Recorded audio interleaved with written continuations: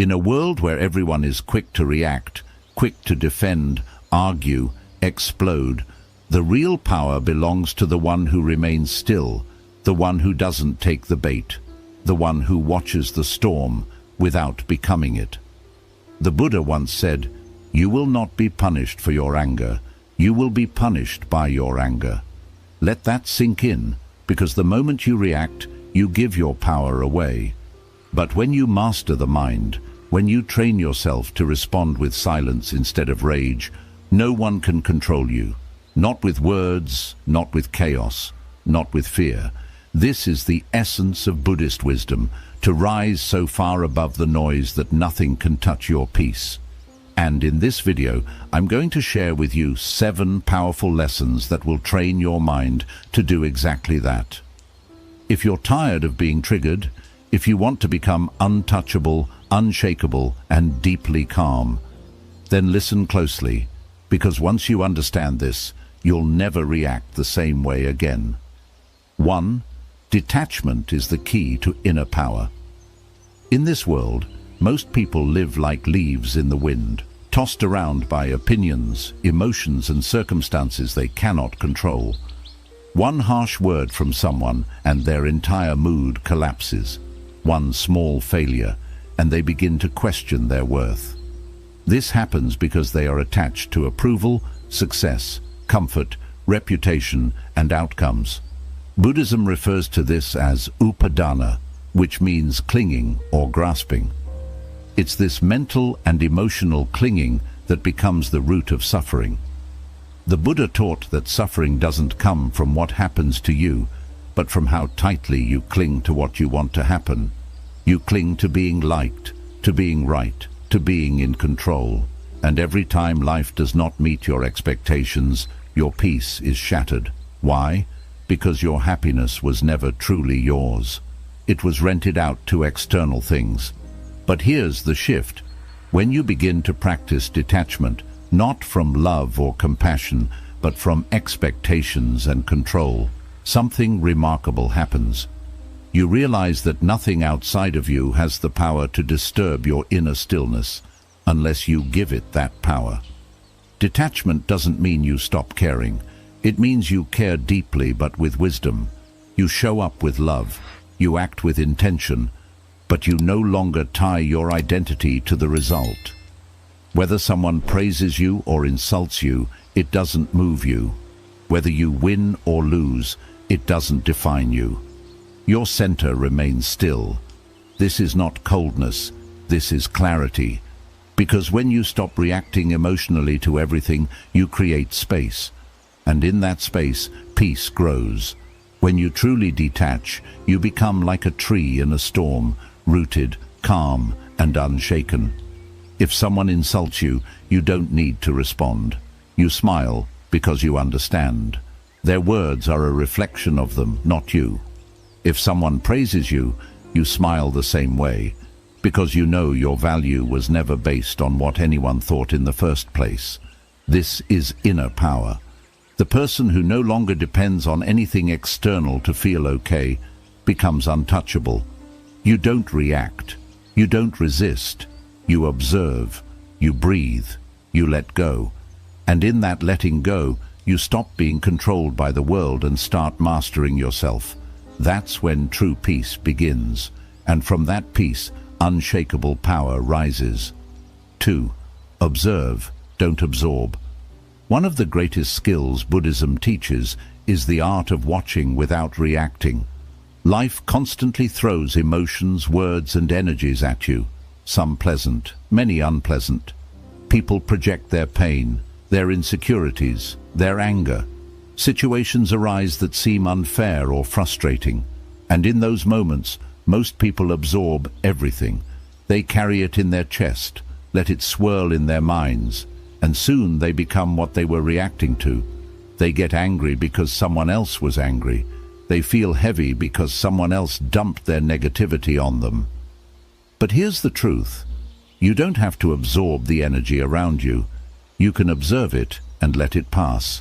Buddhist mindfulness practice, especially through vipassana meditation, trains your mind to become like a still lake. No matter what drops into it, a stone, a leaf, a storm, it creates ripples, yes, but it always returns to stillness. In the same way, your mind can witness what's happening without becoming what's happening. When someone speaks with anger, observe the anger, but don't catch it. See it for what it is, a temporary wave passing through their own suffering. When someone criticizes you unfairly, notice how it affects your body and mind, but don't become that reaction. Breathe, watch, let it rise and let it fall. You are not your thoughts, you are not your emotions. You are the awareness behind them, the silent observer that remains steady no matter how loud the mind becomes. This awareness gives you freedom, because once you realize that every feeling, every thought, every judgment is just a passing cloud, you stop chasing them, you stop fearing them, you stop letting them control your behavior. Think of it like this.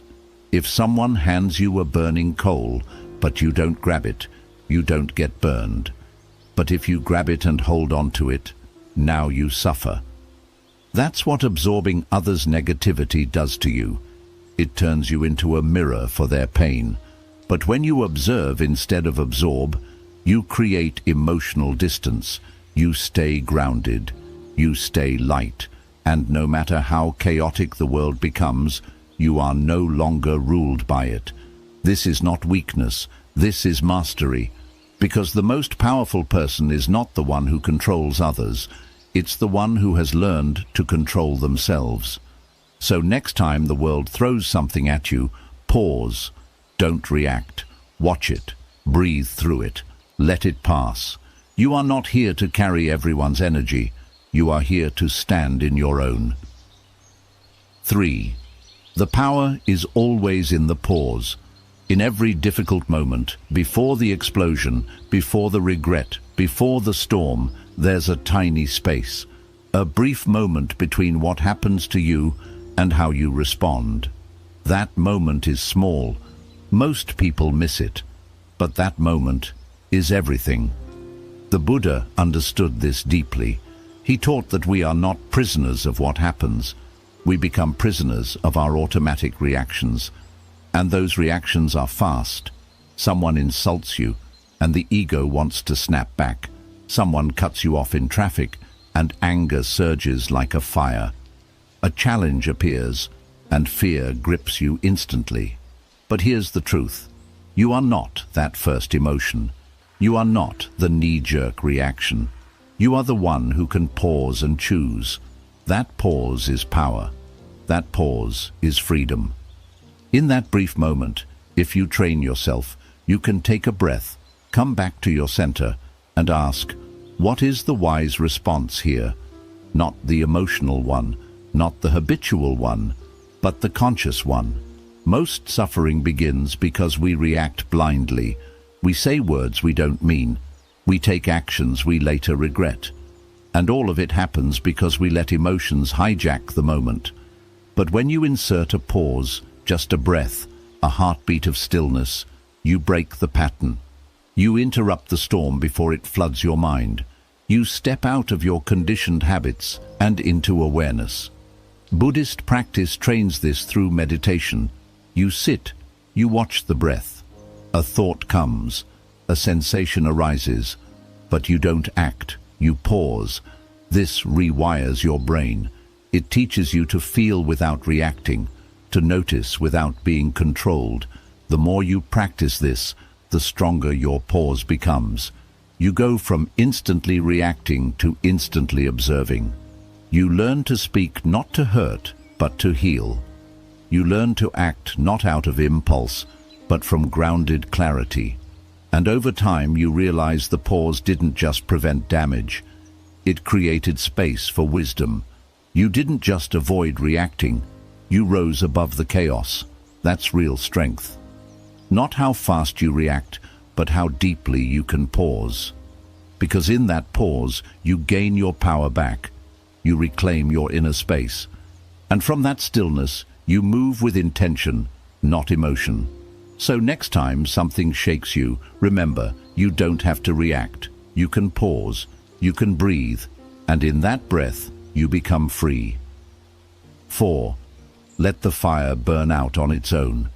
When someone throws anger at you, the natural instinct is to throw it back. You feel the heat rising in your chest. Your thoughts race, and suddenly you're in a battle of emotions trying to prove, defend, or destroy. But Buddhism offers a radical and liberating truth. You don't have to fuel the fire. You can let it burn out on its own. The Buddha taught that hatred is never ended by hatred.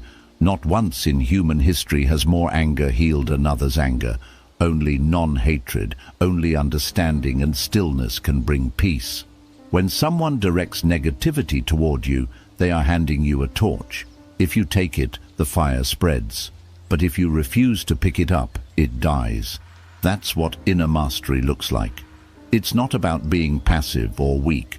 It's about knowing that engaging in every argument, defending yourself against every insult, and reacting to every provocation drains your peace and strengthens your ego.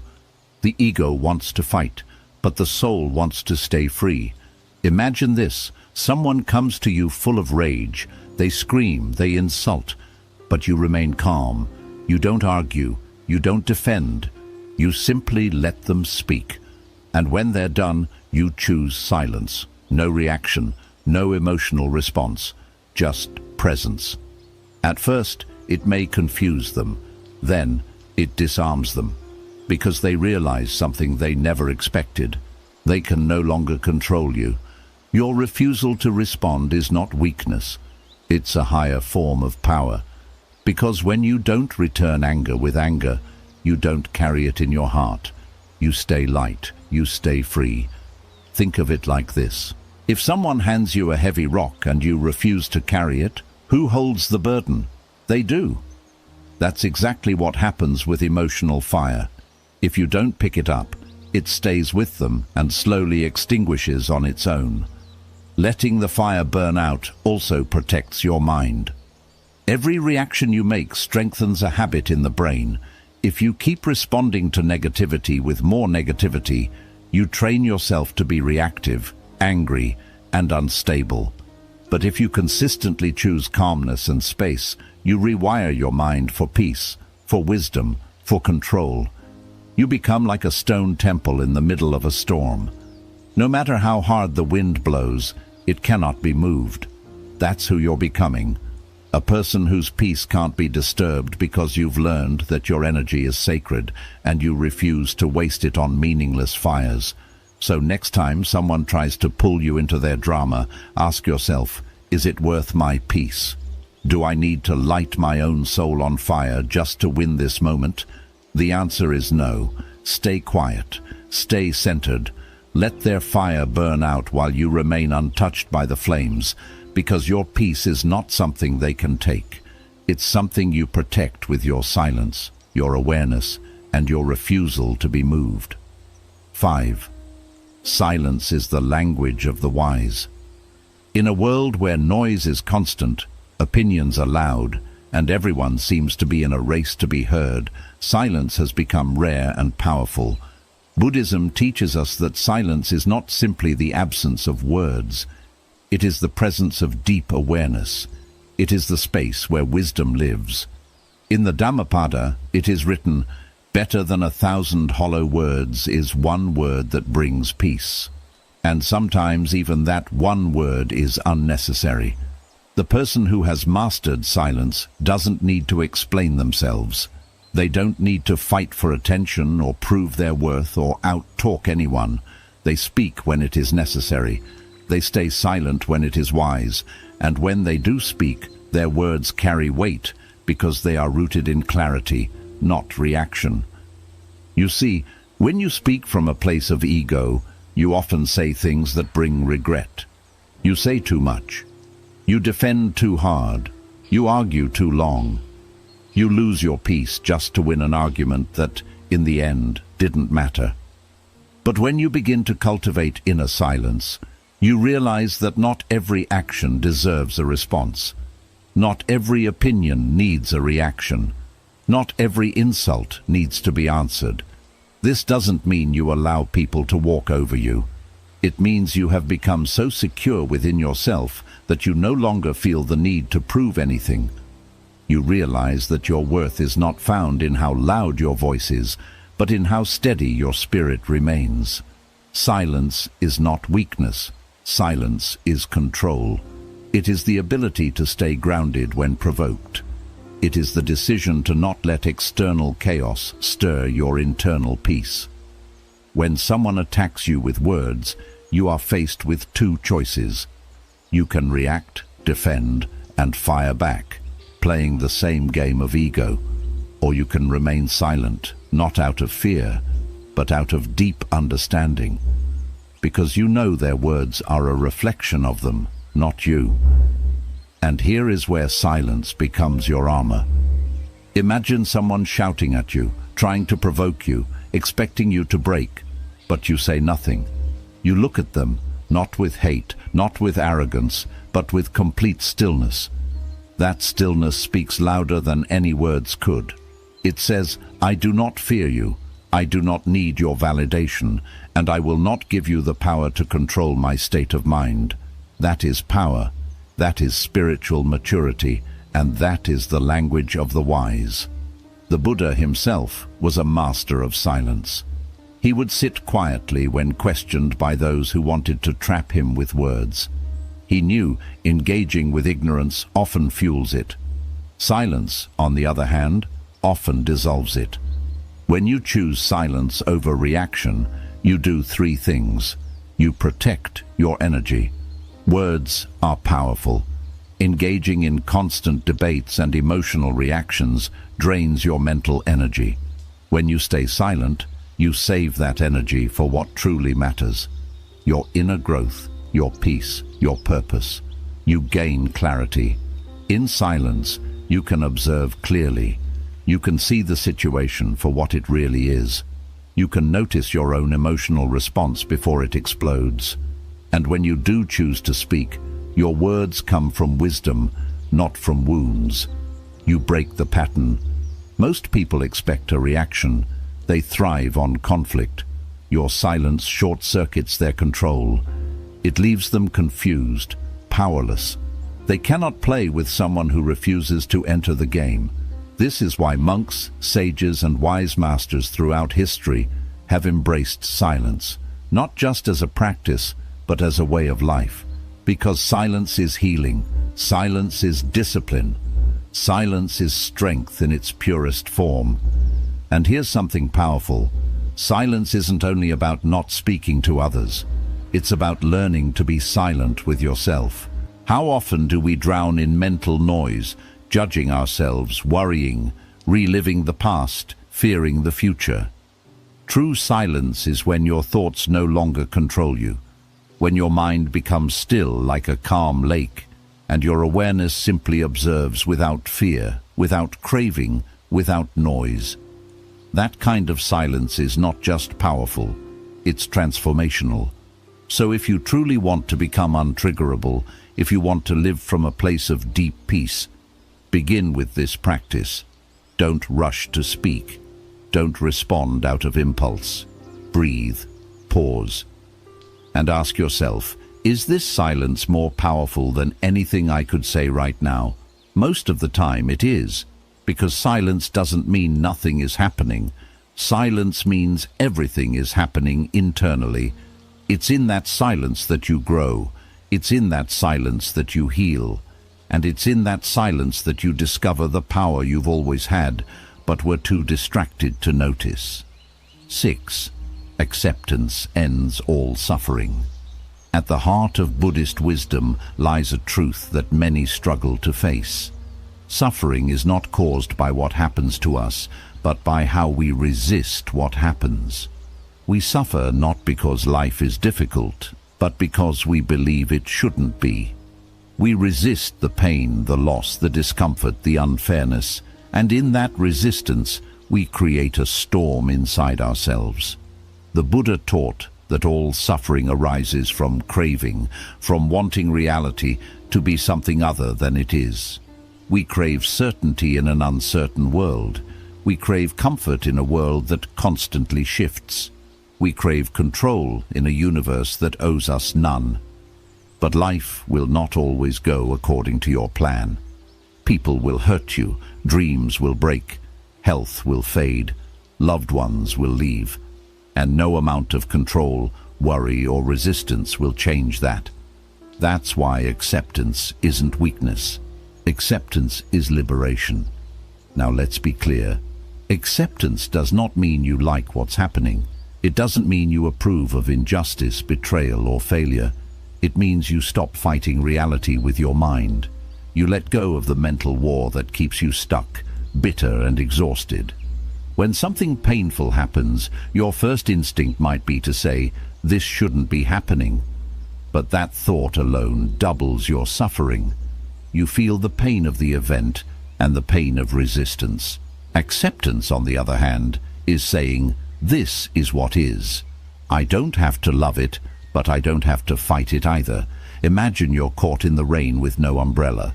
You can scream at the sky, curse the clouds, and get angry about being wet. Or you can breathe, feel the raindrops, and simply walk. Either way, you're getting wet. But only one path brings peace. This is what Buddhist acceptance looks like. It's an internal surrender to the truth of the moment. Not because you're giving up, but because you're waking up. You're waking up to the reality that resisting the present moment only deepens your suffering. You're waking up to the understanding that peace doesn't come from changing what is, but from being at peace with what is. This doesn't mean you stop striving. It means you stop arguing with life as it unfolds. You do what you can. You change what is within your control. But you no longer poison your soul with rejection of what's beyond it. Acceptance also frees you from people's behavior. You can't control how others act. People may disrespect you, misunderstand you, or mistreat you. You could spend your life trying to fix them. Or you could accept who they are and set clear boundaries from a place of peace, not rage. When you accept others as they are, not in resignation, but in recognition, you take back your emotional power. You stop needing them to behave a certain way to be okay. You stop being controlled by their actions and instead live from a place of inner stability. Even with yourself, acceptance is the first step to transformation. You can't change what you haven't accepted. You can't heal from something you're still denying. Accept your flaws, your mistakes, your shadows. Not because you want to stay there, but because only from full awareness can you begin to evolve. And here's the beautiful paradox. The moment you stop resisting your pain, it begins to soften. The moment you stop running from your fear, it begins to lose its grip. The moment you say, "This is how it is right now," you create space for peace to enter. Acceptance isn't the end, it's the beginning. It's the moment you stop pushing and start flowing. You stop being a prisoner to outcomes and start becoming a master of your inner world. Let's take this deeper. When you accept life, you align yourself with reality, and in that alignment, things begin to shift. Not because you force them, but because you no longer block them with resistance. Peace, clarity, and strength arise naturally. You are no longer swimming upstream against life. You are flowing with it, adjusting with grace, moving with wisdom. This doesn't mean life gets easier. It means you get stronger. You are no longer shaken by every change, every loss, every discomfort, because you've stopped expecting the world to behave a certain way. You've stopped needing the moment to be perfect in order to be at peace. So when something painful happens, instead of saying, "Why me?" try saying, "What now?" Instead of collapsing into resistance, rise into awareness. Breathe, feel, let it be. You don't have to like it. You don't have to stay in it. But you don't have to fight it either. Acceptance is your doorway to freedom. It doesn't erase the challenge, but it removes the suffering around the challenge. It opens your heart to clarity and shows you what's next, without the noise of resistance clouding your mind. Because once you learn to accept what is, fully, openly, without judgment, you become the calm in the storm. You stop being a victim of circumstance, you stop being ruled by fear, and you begin to move through life with the quiet confidence of someone who knows, I can face whatever comes because I don't need to fight it anymore. That is true peace. And the best part is that peace isn't waiting for life to be perfect. It's waiting for you to stop resisting, right here, right now. Now, let's look at something most people miss, the power of focused energy over time. In Buddha's teachings, there's a deep truth that often goes unnoticed. It's the idea that small, steady efforts of the mind, when repeated, create real and lasting change. This is called bhavana, the training and growth of the mind. Simply put, your life moves in the direction of your attention. And when your focus is calm, steady and purposeful, even the smallest inner shifts can lead to big change. But here's the challenge many face: scattered energy. Their focus is spread in too many directions. They react to random comments. They're distracted by phone alerts. They're pulled by emotions they never take time to notice. Their mind jumps from past regrets to future worries, from comparing to doubting, from the present to noise, again and again. And this scattered attention isn't just tiring, it's weak. Because energy without direction is like water without a container. It spills, it fades, it disappears. But when you begin to hold that energy with mindfulness and clear intention, everything begins to change. It spreads your energy thin. It makes your mind quick to react. It leaves your spirit uneasy. Buddhism shows the opposite way. It teaches you to pull your energy back, bring your focus to the present moment, train it, sharpen it, aim it like a beam of light, and use that steady energy for growth, peace, and clarity. This isn't something you do just once. It's something you practice every day, with every breath, with every reaction you choose not to follow, with every negative thought you notice but don't obey, with every quiet moment in the middle of noise. And slowly, something beautiful and almost unseen begins to happen. You begin to change from within, not because you forced it, but because you nurtured it. Let's understand this clearly. Imagine a drop of water falling on the same rock every single day. One drop may seem like nothing, but drop after drop, over time, the rock is shaped. Your mind works in the same way.